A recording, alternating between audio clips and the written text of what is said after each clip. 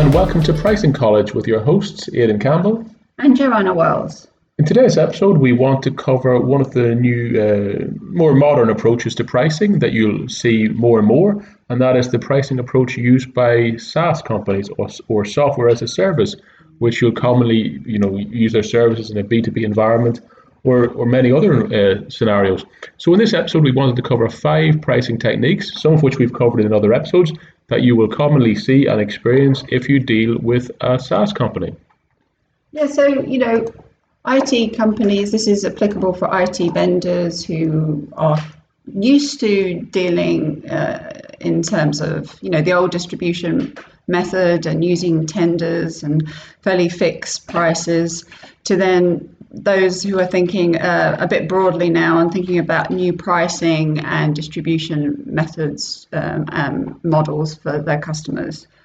Okay, so number one, I suppose, would be a subscription model is a fairly typical feature of SaaS. So a subscription model is a new type of pricing revenue model. And essentially it gives, customers a different option to buy from them. They could pay for the product service as on a monthly basis, as opposed to, as I said, going through tender and doing a large deal at enterprise level. They may do an enterprise level deal, or they can choose to do it maybe as a team, pay for it as a team deal or on a user basis. So it just gives, the customer more flexibility with how they're going to pay for that particular SaaS offer. The second one is very commonly you'll get a freemium offer just to whet the appetite and to give you the chance to experience the product or service. And this is especially useful if it's a new style of product that you haven't used before, or that's quite innovative so that you haven't had the experience or really know what to expect. One thing I'd say about the freemium offer is they nearly always give you the best version of the product. So you get used to the best option. They very rarely will give you a free experience on the lowest cost. Okay, so the third feature of SaaS pricing would be tiered pricing, like a good, better, best approach. You might see that in terms of other names like price plans, things that you commonly would see on mobile phone websites.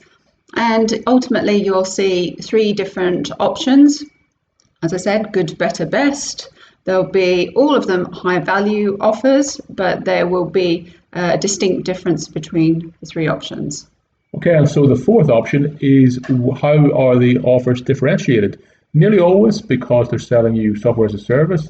The differentiation is some way designed to segment the customer base. It's designed to charge larger companies or larger users higher sums.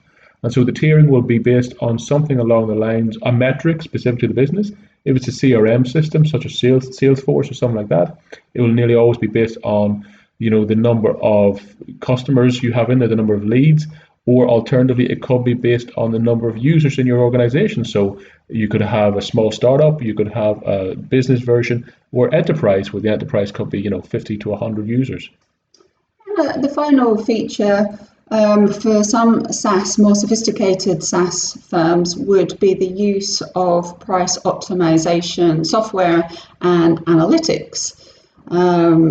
I suppose according to, research companies and pricing consultancies in this space, research has shown that the majority of IT vendors and firms have been setting prices pretty much by guesswork or just using some inputs, not fully confident whether the pricing is right. Possibly the best would be sort of a competitive level pricing. I suppose now real SaaS pricing for great IT vendors and firms is much more scientific, more analytical, and they're really thinking about optimization. So optimization could mean, a lot of monitoring, looking at different customer groups, seeing what the price response rate is, using price elasticity modeling, calibrating that with market research to then really determine, price ceilings, and to determine the right price parameters for each of their offers. So a real move away from fixed, mainly cost-based pricing, moving into understanding customer demand using real data analytics, as well as multiple information sources. Yeah, that's it for me. That's the five. You'll see them more and more, whether it's something like Spotify for home use, and you'll even see it. You'll see it in as companies. One big thing I'm a believer in. I think traditional mainframe systems and large capex will probably be decreasing year on year in the business space, and so you'll get more and more used to seeing this. One thing I'm interested in always is how do procurement deal with this sort of approach, whereby it's very much a set rate card and they try to really tailor it to set systems. And I wonder, will that undermine procurement strength in driving down costs?